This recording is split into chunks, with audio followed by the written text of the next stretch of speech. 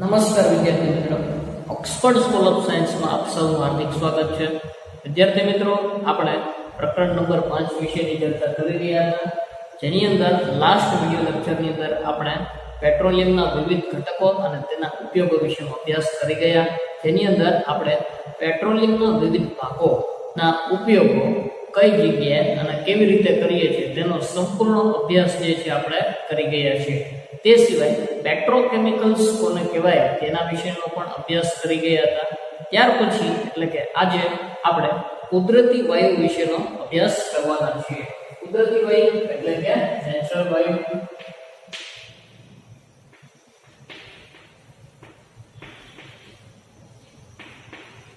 કુદરતી વાયુ એટલે કે નેચરલ ગેસ ઇંગ્લિશમાં આપણે કહીએ છીએ. તો જેની અંદર આપણે જેમ કોલસા વિશેનો અભ્યાસ કરી ગયા, પેટ્રોલિયમ વિશેનો અભ્યાસ કરી ગયા, તેમજ આ પાઠના અંતની અંદર જે આપણે અભ્યાસ કરવાનો છે તે કુદરતી વાયુ વિશેનો અભ્યાસ કરવાનો છે. તો કુદરતી વાયુ વિશેની વાત કરીએ તો કુદરતી વાયુ તે ખૂબ જ અગત્યનું અશ્મિ બળતણ છે. કુદરતી વાયુ તે ખૂબ જ અગત્યનું અશ્મિ બળતણ છે.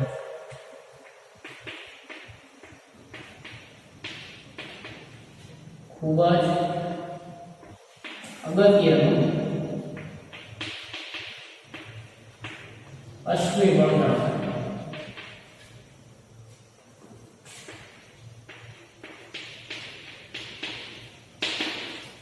કુદરતી વાયુ જે ખૂબ જ અગત્યનું છે, કારણ કે આપણે તેનો ઘણા બધા ઉપયોગો કરીએ છીએ અને તે આપણે એને કારખાનાઓમાં, ઘર વપરાશમાં તેમજ ઘણી જગ્યાએ તેનો ઉપયોગ કરીએ છીએ. તેથી તેનું મહત્વ ખૂબ જ છે. તેથી આપણે એમ કહી શકીએ કે કુદરતી વાયુ ખૂબ જ અગત્યનું અશ્મિ બળતણ છે. અશ્મિ બળતણ કોને કહેવાય તેના વિશે આપણે અગાઉ અભ્યાસ કરી ગયા છીએ કે સજીવોના મૃત શરીરોમાંથી મળતું હોય, બરાબર છે, તેને આપણે જાણીએ છીએ અથવા તો ભણી ગયા છીએ. તો કુદરતી વાયુ જે છે ખૂબ જ અગત્યનું બળતણ છે. તે સિવાય તેનો એક ગુણધર્મ છે કે તેને પાઇપલાઇન દ્વારા સરળતાથી વહન કરાવી શકાય છે. એક જગ્યાએથી બીજી જગ્યાએ લઈ જવું હોય તો પાઇપલાઇન દ્વારા સરળતાથી લઈ જઈ શકાય છે. તેને પાઇપલાઇન દ્વારા સરળતાથી વહન કરાવી શકાય છે.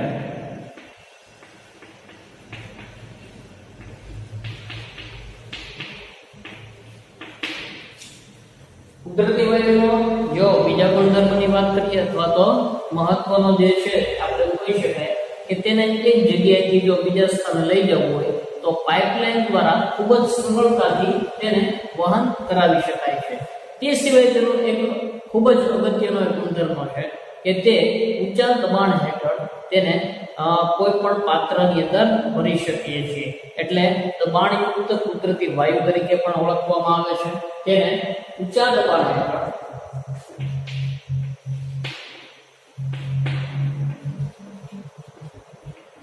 ઊંચા દબાણથી પાત્રમાં ભરી શકાય છે.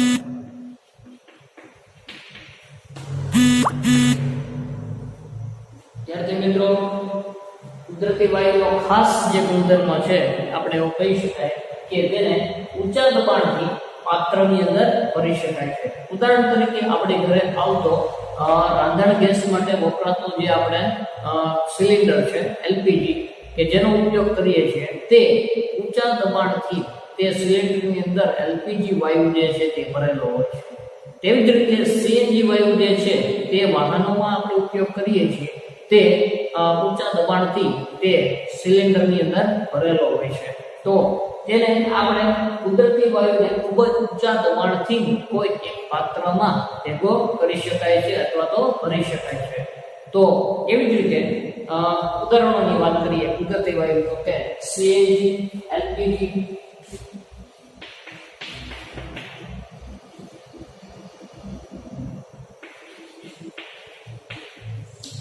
બીજું છે એલપીજી. હવે જો સીએનજી નો ઉપયોગ મોટા ભાગે વાહનોમાં થતો હોય છે. એ સિવાય વીજળી ઉત્પન્ન કરવા માટે પણ સીએનજી નો ઉપયોગ થાય છે. સીએનજી નું પૂરું નામ છે compressed natural gas.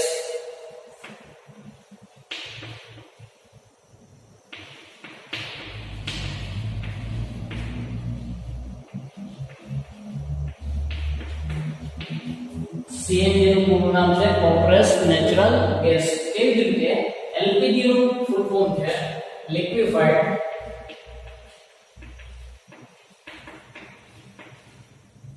Petroleum gas.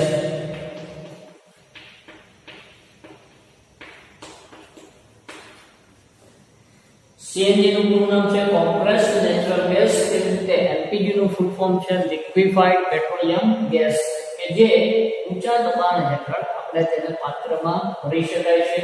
ખૂબ જ સહેલાઈથી પાઇપલાઇન દ્વારા સરળતાથી તેને વહન કરાવી શકાય છે અને આપણી માટે તે ખૂબ જ અગત્યનું અશ્મિ બળતણ છે. આજકાલ આપણે વાત કરીએ સીએનજી એટલે કોમ્પ્રેસ્ડ નેચરલ ગેસની જો વાત કરીએ તો તે આપણને વીજળી ઉત્પન્ન કરવા માટે પણ વપરાય છે. મોટા ભાગે અત્યારે હાલના સમયમાં વાહનો ચલાવવા માટે પણ સીએનજી નો ઉપયોગ કરવામાં આવે છે અને સીએનજી ના ઉપયોગથી વાહનોમાંથી ઉત્પન્ન થતું પ્રદૂષણ ખૂબ જ નહીવત હોય છે અથવા તો ખૂબ જ ઓછું પ્રદૂષણ કરે છે. તેથી તે સ્વચ્છ બળતણ છે તેમ કહી શકાય. સીએનજી ના ઉપયોગથી હવાનું પ્રદૂષણ જે છે એ ખૂબ જ ઓછું ફેલાય છે અથવા તો તે પ્રદૂષણની માત્રા ખૂબ જ ઓછા પ્રમાણમાં ફેલાવે છે. તેથી આપણે તેને સ્વચ્છ બળતણ તરીકે ઓળખીએ છીએ. એટલા માટે જ આપણને જેમ બને એમ એવી સલાહ આપવામાં આવે છે કે જે વાહનોમાં તે સીએનજી નો ઉપયોગ કરવામાં આવે તો તેનાથી પર્યાવરણ એટલે કે હવાને અશુદ્ધ થતી બચાવી શકાય છે. તો આવી એક સંસ્થા જે છે તે આપણા ભારતની અંદર કાર્યરત છે. તેનો અભ્યાસ જે છે આગળ આપણે કરીશું કે જે આપણને માર્ગદર્શન પૂરું પાડે છે. તેવી જ રીતે એલપીજી ની વાત કરીએ લિક્વિફાઈડ પેટ્રોલિયમ ગેસ, જેનો ઉપયોગ નાના મોટા ઉદ્યોગોમાં, કારખાનાઓમાં તેમજ આપણા ઘરે રાંધણ ગેસ તરીકે આપણે તેનો ઉપયોગ કરીએ છીએ. તો આનો કુદરતી વાયુ જે છે તેનો મુખ્યત્વે આપણે અભ્યાસ જે છે એ કરી ગયા તેમજ તેના ઉપયોગોની પણ વાત આપણે સમજી ગયા. હવે આ જે ગુણધર્મ જે છે કે તેને પાઇપલાઇન દ્વારા સરળતાથી વહન કરાવી શકાય છે. તો આવી વ્યવસ્થા તમારે જોવી હોય તો આપણા ભારત દેશની અંદર આપણા દિલ્હીના કેટલાક વિસ્તારોમાં તેમજ આપણા ગુજરાતની અંદર વડોદરાના અમુક વિસ્તારોમાં અથવા તો વડોદરાની અંદર પણ આવા સ્થળોએ આવી વ્યવસ્થાઓ જોઈ શકાય છે કે જેની પાઇપલાઇનની મદદથી તેને સરળતાથી ઘરો સુધી પહોંચાડી શકાય છે. અને આનો સૌથી મોટો ફાયદો એ છે કે જે જગ્યાએ એને કોઈ પાઇપલાઇન દ્વારા પહોંચાડવામાં આવે છે ત્યાં તેને સીધો જ દહન તરીકે ઉપયોગમાં લઈ શકાય છે. હવે વાત કરીએ આપણે આપણા ઘરની, એટલે કે આપણા ઘરે પણ હવે લગભગ બધી જ જગ્યાએ મોટા ભાગના શહેરોમાં એલપીજી જે છે એ પાઇપલાઇન દ્વારા ઘરે પહોંચાડવામાં આવે છે. એટલે કે આપણે તેનો ઉપયોગ સીધો જ બળતણ તરીકે જે છે રસોઈમાં કરી શકીએ છીએ. આવી વ્યવસ્થા અનેક શહેરોમાં અત્યારે હાલમાં ઉપલબ્ધ છે. કદાચ આપણા ઘરે પણ એ છે. તો આપણે એના વિશે જાણીએ છીએ. હવે કુદરતી વાયુનો બીજો અન્ય ઉપયોગની વાત કરીએ તો ઘણા બધા રસાયણ તેમજ ખાતરોની બનાવટની અંદર પ્રાથમિક ઘટક તરીકે પણ કુદરતી વાયુનો ઉપયોગ થાય છે. ફરીવાર ઘણા બધા રસાયણો કેમિકલના ઉત્પાદનની અંદર કુદરતી વાયુનો ઉપયોગ થાય છે. તેમજ ખેતીમાં ઉપયોગમાં આવતા ખાતરોના ઉત્પાદનમાં પણ પ્રાથમિક ઘટક તરીકે કુદરતી વાયુનો ઉપયોગ થાય છે. ભારતની અંદર કુદરતી વાયુના ખૂબ જ મોટા સંગ્રહાલયો આવેલા છે, સંગ્રહ સ્થાનો આવેલા છે. ભારતની અંદર જો વાત કરીએ તો આપણને કુદરતી વાયુ જે છે ક્યાં ક્યાં મળી આવે છે તો આપણે ભારતમાં ત્રિપુરા, રાજસ્થાન, મહારાષ્ટ્ર, કૃષ્ણા અને ગોદાવરીના મુક્ત ત્રિકોણ પ્રદેશોમાં આપણને કુદરતી વાયુ જે છે મળી આવે છે. તો વાત કરીએ ક્યાંથી મળી આવે છે તો કે ત્રિપુરા,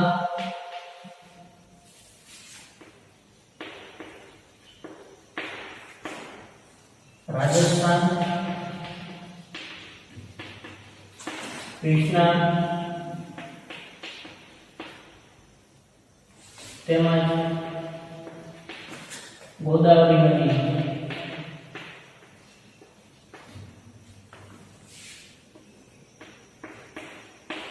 ગોદાવરી નદીના મુખ ત્રિકોણ પ્રદેશો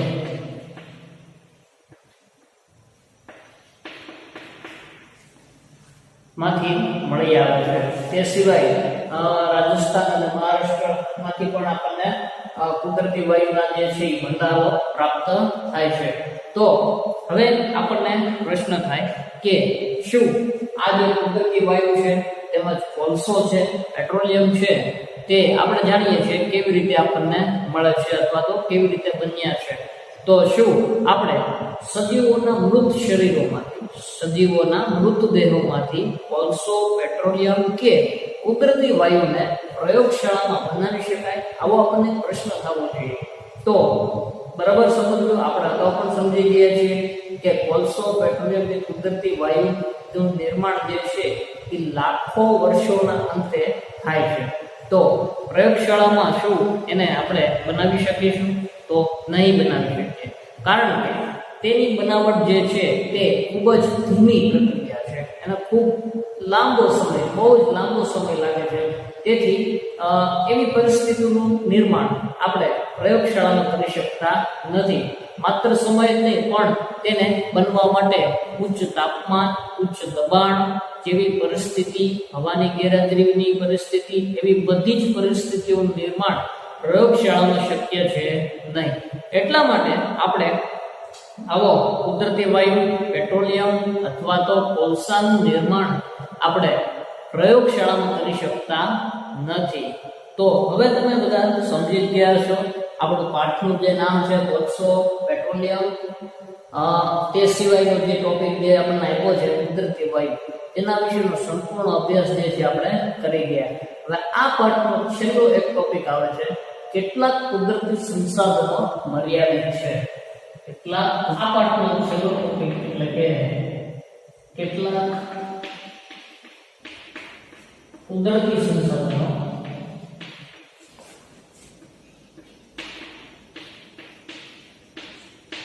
મર્યાદિત છે.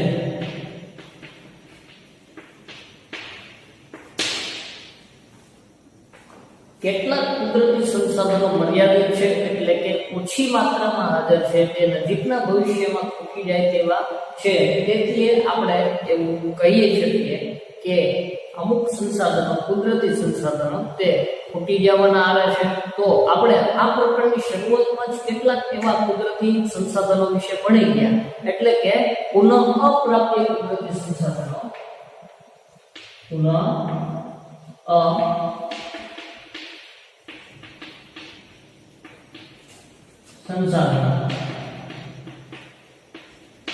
અપ્રાપ્ય કુદરતી સંસાધનોનો અભ્યાસ જે છે આપણે પ્રકરણની શરૂઆતમાં જ કરી ગયા છે.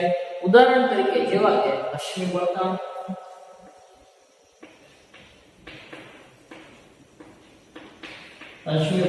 કોને કહેવાય તેના વિશે આપણે હવે જાણીએ છીએ. જંગલો તેમજ અશ્મિ બળતણ, જંગલો તેમજ ખનિજો વગેરે કે જે પુનઃ અપ્રાપ્ય કુદરતી સંસાધનોમાં તેનો સમાવેશ કરી શકાય છે. તેનો એકવાર ઉપયોગ કરી લીધા પછી ફરીવાર તેનો ઉપયોગમાં લઈ શકાતા નથી. એટલે કે આના નિર્માણની પ્રક્રિયા જે છે એને ખૂબ જ લાંબો સમય લાગે છે. લાખો વર્ષોના અંતે આપણને કોલસો, પેટ્રોલિયમ અને કુદરતી વાયુ જે છે તે પ્રાપ્ત થયા છે. એટલે કે સજીવોના મૃત શરીરો ઉપર લાખો વર્ષો સુધી રાસાયણિક પ્રક્રિયા થઈ, એટલે કે ઉચ્ચ દબાણ અને ઉચ્ચ તાપમાને રાસાયણિક પ્રક્રિયા થઈ અને અંતે આપણને તેમાંથી આવા બધા અશ્મિ બળતણો આપણને પ્રાપ્ત થયા છે. તો હવે આ જે આપણને બળતણોનો ઉપયોગ કરીએ છીએ તે નજીકના ભવિષ્યમાં ખૂટી જાય તેવા છે. તે આપણને જે પ્રાપ્તિ સ્થાનો જોયા આપણે કે કઈ જગ્યાએથી આપણને કુદરતી વાયુ મળી આવે છે, પેટ્રોલિયમ મળી આવે છે, કોલસો મળી આવે છે, તેના જે પ્રાપ્તિ સ્થાનો છે તે થોડાક શતકો ચાલે એટલા બાકી છે. ત્યાર પછી નજીકના ભવિષ્યમાં તે તૂટી જાય તેમ છે. તે કાયમ માટે આપણે તેને વાપરી શકીશું નહીં. તે સિવાય બીજું બળતણો જે છે તેનો વધુ પડતા ઉપયોગથી તે હવાનું પ્રદૂષણ જે છે વધારે માત્રામાં કરે છે. ગ્લોબલ વોર્મિંગ જે છે તે પણ આના દ્વારા જ ઉત્પન્ન થયેલી સમસ્યા છે કે જેના મદદથી જેને લીધે આપણે એવું કહી શકીએ કે હવાનું પ્રદૂષણ જે છે એ ખૂબ જ વધુ માત્રામાં ફેલાય છે. તો કુદરતી વાયુનું અથવા તો ખનિજોનું કે આપણે જે પુનઃ અપ્રાપ્ય કુદરતી સંસાધનો છે અશ્મિ બળતણનું દહન કરવાથી ગ્લોબલ વોર્મિંગ જેવી પરિસ્થિતિનું પણ નિર્માણ થાય છે. જેના લીધે હવાનું પ્રદૂષણનું સ્તર જે છે વધતું જાય છે. જેના લીધે ઘણીવાર એસિડ વર્ષા તેમજ લોકોને સજીવોને શ્વાસ સંબંધી એટલે કે હૃદયને લગતી ફેફસાને લગતી બીમારીઓ જે છે તે થતી હોય છે. તો નજીકના ભવિષ્યમાં તે તૂટી જાય તેમ છે. તો આપણે તેના વિશે કંઈક એનો જેમ બને તેમ ઓછો ઉપયોગ કરવો પડે જોઈએ. એટલે કે જ્યાં સુધી ખૂબ જ જરૂરિયાત ન હોય ત્યાં સુધી આપણે તેનો ઉપયોગ કરવો જોઈએ નહીં. જેનાથી ગ્લોબલ વોર્મિંગનું જોખમ છે ઓછું થાય અને આપણને લાંબા સમય સુધી આવા પુનઃ અપ્રાપ્ય કુદરતી સંસાધનો જે છે મળતા રહે, પ્રાપ્ય રહે. હવે આની માટે ભારતની એક સંસ્થા છે જેનું નામ છે PCRA. એનું નામ છે PCRA. એટલે કે તેનું ફૂલ ફોર્મ જે છે the petroleum conservation and research association, કે જે વાહનો ચલાવવા માટેના નિયમો એટલે કે તેને ચલાવતી વખતે પેટ્રોલ તથા ડીઝલ જે છે એની બચત કઈ રીતે થઈ શકે તેની સલાહ અને સૂચનો આપે છે. તેનું ફૂલ ફોર્મ જે છે આપણે લખી શકીએ પેટ્રોલિયમ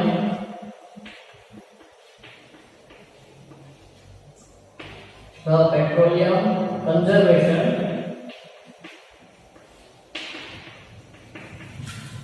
and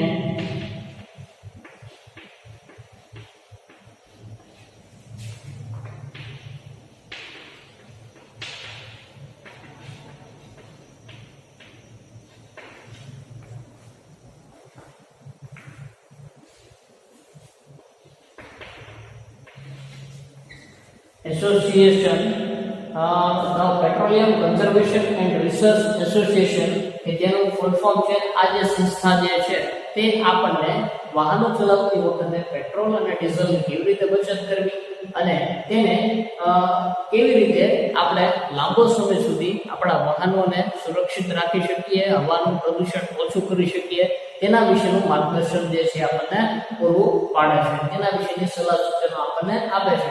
કેવી સલાહ સૂચનો? તો કે બને ત્યાં સુધી આપણે એક જ ધારી અને મધ્યમ ગતિથી વાહન ચલાવવું જોઈએ. બને ત્યાં સુધી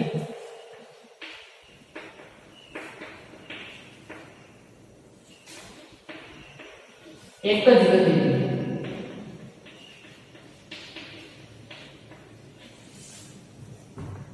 અને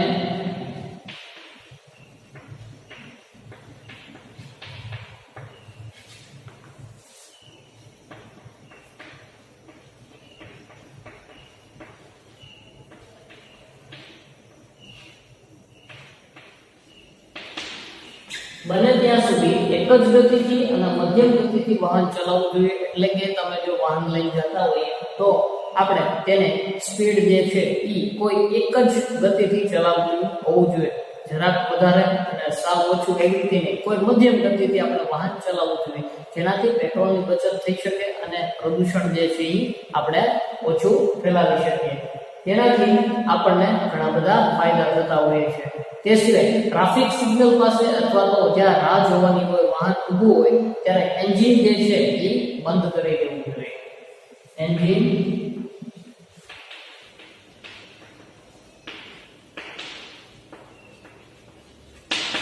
હવે આપણે કોઈ જગ્યાએ ટ્રાફિક સિગ્નલમાં ફસાયેલા હોય અથવા તો આપણે કોઈ જગ્યાએ રાહ જોવાની હોય, ઊભું રહેવાનું હોય ત્યારે આપણે વાહનના એન્જિન જે છે એને બંધ કરી દેવા જોઈએ, જેનાથી પેટ્રોલની બચત કરી શકાય, ડીઝલની બચત કરી શકાય અને પ્રદૂષણની માત્રા જે છે એ ઘટાડી શકાય છે. તો આપણે જ્યારે વાહન ઊભા હોય ત્યારે આપણે તેને બંધ રાખવા જોઈએ, તેના એન્જિન જે છે એને બંધ રાખવા જોઈએ. તે સિવાય વાહનોની નિયમિત જાળવણી કરવી જોઈએ.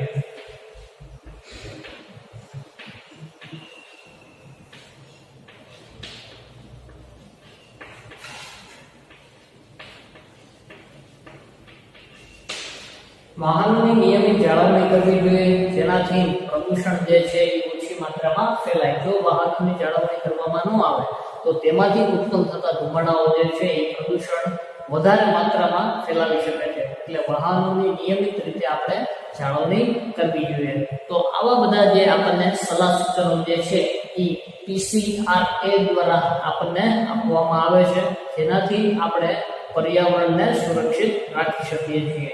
તો આવી બધી સલાહો જે છે આપણે ધ્યાનમાં રાખીશું. વિદ્યાર્થી મિત્રો, હવે આ પ્રકરણ જે છે અહીંયા સંપૂર્ણ પૂર્ણ થાય છે. હવે પછીના વિડિયો લેક્ચરની અંદર આપણે નવું પ્રકરણ નંબર 1 જે છે તેનો અભ્યાસ કરવાના છીએ. તો આ ચેપ્ટરની અંદર આવતા તમામ જે સ્વાધ્યાયના પ્રશ્નો જે છે એ તમારે હોમવર્કમાં લખવાના છે.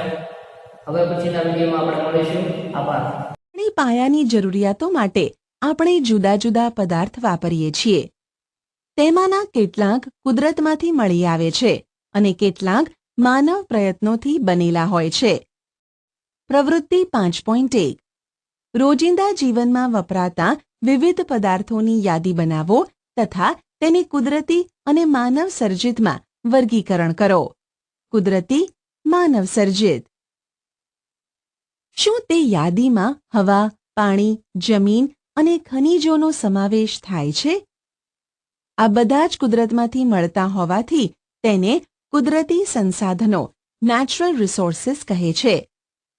શું આપણા બધા જ કુદરતી સંસાધનો આપણે કાયમ વાપરી શકીશું? શું માનવ પ્રવૃત્તિને લીધે હવા, પાણી અને ભૂમિનો નાશ થઈ શકે છે? તમે પાણી વિશે ધોરણ 7માં શીખી જ ગયા છો. શું પાણી એ અમર્યાદિત સંસાધન છે? બધા જ સંસાધનોની કુદરતમાં પ્રાપ્યતાને ધ્યાનમાં રાખીને કુદરતી સંસાધનોને મુખ્ય 2 જૂથમાં વહેંચી શકાય. એક, પુનઃપ્રાપ્ય કુદરતી સંસાધનો, ઇનએક્ઝોસ્ટેબલ નેચરલ રિસોર્સિસ. આ સંસાધનો કુદરતમાં અમર્યાદિત જથ્થામાં રહેલા હોય છે અને માનવ પ્રવૃત્તિઓ દ્વારા તે ખલાસ થાય તેમ નથી. દાખલા તરીકે સૂર્યપ્રકાશ, હવા. 2, પુનઃ અપ્રાપ્ય કુદરતી સંસાધનો, એક્ઝોસ્ટેબલ નેચરલ રિસોર્સિસ. આવા સંસાધનોનું પ્રમાણ કુદરતમાં મર્યાદિત હોય છે. તેઓ માનવ પ્રવૃત્તિ દ્વારા ખલાસ થઈ શકે તેમ છે. આવા સંસાધનોના ઉદાહરણોમાં જંગલો, વન્યજીવો, ખનિજો, કોલસો, પેટ્રોલિયમ, કુદરતી વાયુ વગેરેનો સમાવેશ થાય છે. પ્રવૃત્તિ 5.2 આ જૂથ પ્રવૃત્તિ છે. થોડા પાત્રો લો. તેને પોપકોર્ન કે શિંગદાણા કે શેકેલા ચણા કે ચોકલેટ વગેરેથી ભરો. વિદ્યાર્થીઓને 7ના જૂથમાં વહેંચો. દરેક જૂથના વિદ્યાર્થીને પેટા જૂથમાં 1, 2 અને 4 એમ વહેંચો. તેમને પ્રથમ, દ્વિતીય અને તૃતીય પેઢી એવું નામ આપો. આ પેટા જૂથ એ વપરાશકારોનું પ્રતિનિધિત્વ કરે છે. જેમ વસ્તી વધી રહી છે તેમ બીજી અને ત્રીજી પેઢીમાં વધારે સંખ્યામાં વપરાશકારો છે. દરેક જૂથ માટે એક પાત્ર ટેબલ પર મૂકો. દરેક જૂથના પ્રથમ વપરાશકારોના જૂથને તેમના ટેબલ પર મૂકેલા પાત્રમાંથી ખાદ્ય સામગ્રી વાપરવાનું કહો. ત્યારબાદ બીજી પેઢીના વપરાશકારોને પણ એમ જ કહો. જો પાત્રમાં કંઈ બચ્યું હોય તો ત્રીજી પેઢીના વપરાશકારોના જૂથને પણ તે વાપરવાનું કહો.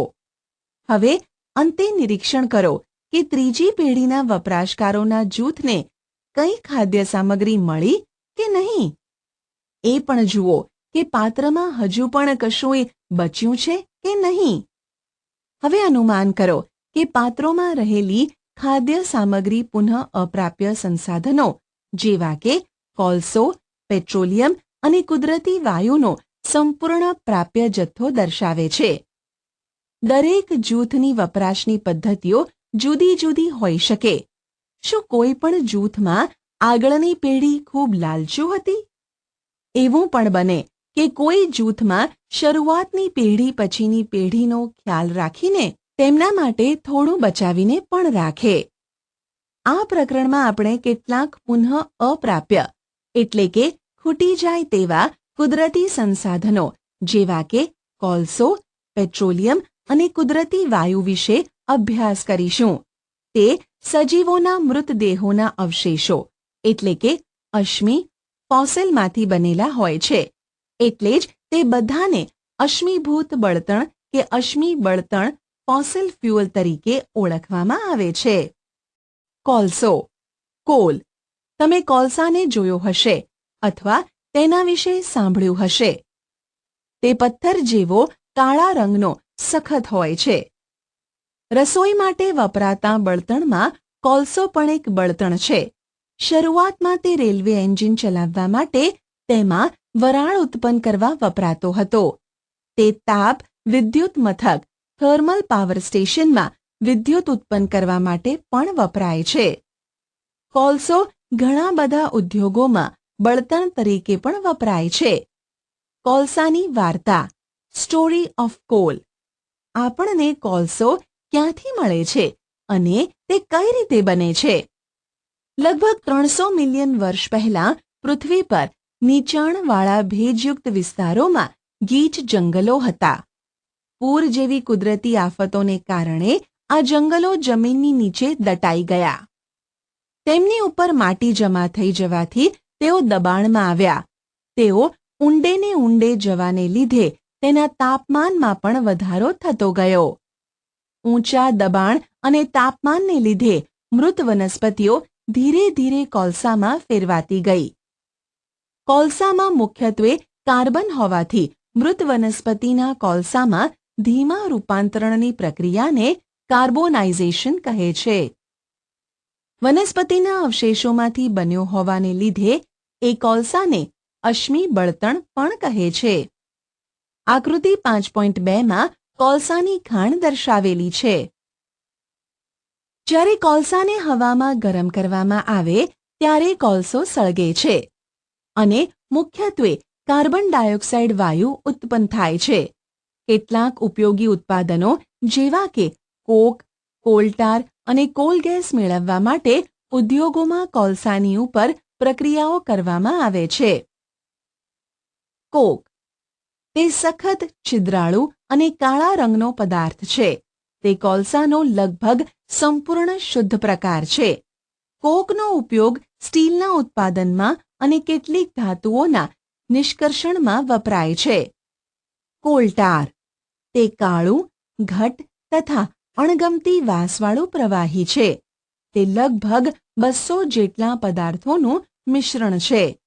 કોલટારમાંથી મળતી નીપજોનો ઉપયોગ રોજિંદા જીવનમાં વપરાતી ચીજવસ્તુઓના ઉત્પાદનના પ્રાથમિક ઘટક તરીકે વપરાય છે અને ઉદ્યોગો જેવા કે સંશ્લેષિત રંગો, દવાઓ, વિસ્ફોટકો, સુગંધિત દ્રવ્યો, પરફ્યુમ્સ, પ્લાસ્ટિક પેઇન્ટ્સ, ફોટોગ્રાફિક પદાર્થો તથા છત બનાવવા માટેના પદાર્થો વગેરેમાં વપરાય છે. રસપ્રદ વાત એ છે કે ફૂદાં અને જીવાતોને દૂર રાખવા માટે વપરાતી ડામરની ગોળી પણ કોલટારમાંથી જ બને છે. આજકાલ કોલટારને બદલે પેટ્રોલિયમની જ એક પેદાશ બિટુમિનનો ઉપયોગ રોડ બનાવવા માટે થાય છે. Coal gas. કોલસામાંથી કોક બનાવવાની પ્રક્રિયા દરમિયાન કોલ ગેસ મેળવવામાં આવે છે. તે કોલસા પર પ્રક્રિયા કરતા ઉદ્યોગોની આસપાસના કારખાનાઓમાં કોલ ગેસ બળતણ તરીકે વપરાય છે. સૌ પ્રથમ 1810માં લંડનમાં તથા 1820ની આસપાસ ન્યૂયોર્કમાં રસ્તા પરની લાઇટ માટે કોલ ગેસનો ઉપયોગ થયો હતો. આજકાલ તેને પ્રકાશના સ્ત્રોત તરીકે વાપરવા કરતાં ઉષ્માના સ્ત્રોત તરીકે વાપરવામાં આવે છે. પેટ્રોલિયમ. તમે જાણો છો કે બળતણ તરીકે પેટ્રોલ હળવા વાહનો જેવા કે મોટરસાયકલ, સ્કૂટર અને કારમાં વપરાય છે. ભારે વાહનો જેવા કે ટ્રક અને ટ્રેક્ટર એ ડીઝલથી ચાલે છે. પેટ્રોલ અને ડીઝલને પેટ્રોલિયમ જેવા કુદરતી સંસાધનમાંથી મેળવવામાં આવે છે.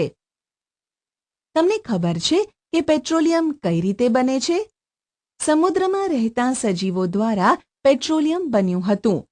આ જીવો મૃત્યુ પામતા તેમના મૃતદેહો સમુદ્રના તળિયે બેસે છે અને રેતી તથા માટીના સ્તરોથી ઢંકાતા જાય છે. લાખો વર્ષ પછી હવાની ગેરહાજરીમાં તથા ઉચ્ચ તાપમાન અને દબાણને લીધે મૃત જીવો પેટ્રોલિયમ અને કુદરતી વાયુમાં ફેરવાયા. આકૃતિ 5.4 તરફ જુઓ. તે પેટ્રોલિયમ અને કુદરતી વાયુનો જમા થયેલો જથ્થો દર્શાવે છે.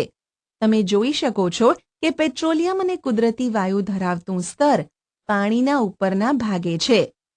આવું કેમ છે? યાદ કરો કે તેલ અને વાયુ એ પાણી કરતાં હલકા છે અને તેની સાથે મિશ્ર થતા નથી. દુનિયાનો સૌપ્રથમ તેલનો કૂવો 1859માં અમેરિકાના પેન્સિલ્વેનિયામાં ખોદવામાં આવ્યો. 8 વર્ષ બાદ 1867માં અસમના માકુમમાં પણ તેલ કાઢવામાં આવ્યું. ભારતમાં અસમ, ગુજરાત, બોમ્બે હાઈ અને ગોદાવરી તથા કૃષ્ણા નદીના તટ પ્રદેશમાંથી તેલ મળી આવે છે. પેટ્રોલિયમનું શુદ્ધિકરણ, રિફાઇનિંગ ઓફ પેટ્રોલિયમ. પેટ્રોલિયમ એક ઘેરું તૈલી પ્રવાહ છે. તે અણગમતી વાસ ધરાવે છે. તે ઘણા બધા ઘટકો જેવા કે પેટ્રોલિયમ વાયુ, પેટ્રોલ, ડીઝલ, ઊંજણ તેલ તથા મીણ વગેરેનું મિશ્રણ છે. પેટ્રોલિયમના વિવિધ ઘટકોને કે ભાગોને અલગ કરવાની પ્રક્રિયાને શુદ્ધિકરણ એટલે કે રિફાઇનિંગ કહે છે. તે પેટ્રોલિયમ રિફાઇનરીમાં કરવામાં આવે છે. કોષ્ટક 5.1માં દર્શાવેલા છે. કોષ્ટક 5.1 પેટ્રોલિયમના વિવિધ ઘટકો અને તેના ઉપયોગો. ક્રમ. પેટ્રોલિયમના ઘટકો. ઉપયોગો. 1. પ્રવાહી સ્વરૂપે પેટ્રોલિયમ વાયુ એલપીજી ઘર અને ઉદ્યોગો માટેનું બળતણ. 2. પેટ્રોલ મોટરનું બળતણ, હવાઈ જહાજનું બળતણ, ડ્રાય ક્લિનિંગ માટે સોલ્વન્ટ, દ્રાવક. 3. કેરોસીન સ્ટવ, દીવા અને જેટ પ્લેન માટેનું બળતણ. 4. ડીઝલ ભારે વાહનો તથા ઇલેક્ટ્રિક જનરેટર માટેનું બળતણ. 5. ઊંજણ તેલ ઊંજવા માટે. 6. પેરાફિન મીણ મલમ, મીણ, વેસલિન વગેરે માટે. 7. બિટુમીન રંગો બનાવવા તથા રોડ સમતલ કરવા માટે. પેટ્રોલિયમ અને કુદરતી વાયુમાંથી ઘણા બધા ઉપયોગી પદાર્થો મેળવવામાં આવે છે. તેને પેટ્રોકેમિકલ્સ કહે છે. તેનો ઉપયોગ ડિટર્જન્ટ્સ, રેસાઓ, પોલિએસ્ટર, નાયલોન, એક્રેલિક વગેરે, પોલિથીન અને અન્ય માનવસર્જિત પ્લાસ્ટિકના ઉત્પાદનમાં થાય છે. કુદરતી વાયુમાંથી મેળવવામાં આવતો હાઇડ્રોજન વાયુનો ઉપયોગ કૃત્રિમ ખાતર એટલે કે યુરિયાની બનાવટમાં થાય છે. પેટ્રોલિયમના બહોળા વ્યાપારિક મહત્વને લીધે તેને કાળું સોનું બ્લેક ગોલ્ડ કહે છે. કુદરતી વાયુ નેચરલ ગેસ. કુદરતી વાયુ ખૂબ જ અગત્યનું અશ્મિ બળતણ છે કારણ કે તેને પાઇપલાઇન દ્વારા વહન કરવો સરળ છે. ઊંચા દબાણ હેઠળ કુદરતી વાયુને દબાણયુક્ત કુદરતી વાયુ કોમ્પ્રેસ્ડ નેચરલ ગેસ સીએનજી તરીકે સંગ્રહ કરવામાં આવે છે. સીએનજીનો ઉપયોગ વિદ્યુત ઉત્પાદન માટે પણ કરવામાં આવે છે. આજકાલ તેનો ઉપયોગ વાહન વ્યવહારના બળતણ તરીકે થાય છે કારણ કે તે ઓછું પ્રદૂષણ કરે છે. તે સ્વચ્છ બળતણ છે. સીએનજીનો સૌથી મોટો ફાયદો એ છે કે તે ઘર કે કારખાનામાં કે જ્યાં તેને પાઇપલાઇનથી પહોંચાડી શકાય છે ત્યાં સીધો જ દહન માટે ઉપયોગમાં લઈ શકાય છે. પાઇપલાઇનની આવી વ્યવસ્થા નેટવર્ક વડોદરા, ગુજરાત, દિલ્હીના કેટલાક ભાગ તથા અન્ય સ્થળોએ જોઈ શકાય છે. ઘણા બધા રસાયણો તથા ખાતરોના ઉત્પાદનમાં પ્રાથમિક ઘટક તરીકે પણ કુદરતી વાયુનો ઉપયોગ થાય છે. ભારતમાં કુદરતી વાયુના ખૂબ મોટા સંગ્રહ સ્થાનો છે. ભારતમાં તે ત્રિપુરા, રાજસ્થાન, મહારાષ્ટ્ર અને કૃષ્ણા ગોદાવરી નદીના મુખ ત્રિકોણ પ્રદેશમાં કુદરતી વાયુ મળી આવે છે. શું મૃત જીવોમાંથી કોલસા, પેટ્રોલિયમ અને કુદરતી વાયુને પ્રયોગશાળામાં બનાવી શકાય? ના, તેમની બનાવટ એ અતિ ધીમી પ્રક્રિયા છે અને તેમની બનાવટ માટેની પરિસ્થિતિઓનું નિર્માણ પ્રયોગશાળામાં ન થઈ શકે. કેટલાક કુદરતી સંસાધનો મર્યાદિત છે. Some natural resources are limited. આ પ્રકરણની શરૂઆતમાં જ તમે ભણ્યા કે કેટલાક કુદરતી સંસાધનો પુનઃ અપ્રાપ્ય એટલે કે ખૂટી જાય તેવા છે, જેવા કે અશ્મિ બળતણ, જંગલ, ખનિજો વગેરે. તમે જાણો છો કે કોલસો અને પેટ્રોલિયમ અશ્મિ બળતણ છે. મૃત જીવોને આ બળતણમાં રૂપાંતરિત થતાં લાખો વર્ષો લાગ્યા. બીજી બાજુ આ દરેકના જાણીતા સંગ્રહસ્થાનો ફક્ત થોડાક શતક સુધી ચાલે તેવા છે. વળી આ બળતણનું દહન એ વાયુ પ્રદૂષણનું મુખ્ય કારણ છે. તેમનો વપરાશ ગ્લોબલ વોર્મિંગ સાથે પણ સંકળાયેલો છે. આથી જરૂરી છે કે આ બળતણનો ત્યારે જ ઉપયોગ કરીએ જ્યારે તેના વગર ચાલે તેમ ન હોય. આને કારણે સારું પર્યાવરણ, ગ્લોબલ વોર્મિંગનું ઓછું જોખમ તથા લાંબા સમય સુધી તે પ્રાપ્ય રહેશે. ભારતની the petroleum conservation and research association PCRA સંસ્થા વાહન ચલાવતા સમયે પેટ્રોલ કે ડીઝલની બચત કઈ રીતે કરવી જોઈએ તેની સલાહ આપે છે, જે નીચે મુજબ છે. બને ત્યાં સુધી એકધારી અને મધ્યમ ગતિથી વાહન ચલાવો. ટ્રાફિક સિગ્નલ પાસે અથવા તમારે જ્યાં રાહ જોવાની હોય ત્યાં એન્જિન બંધ કરી દો. વાહનની નિયમિત જાળવણી રાખો.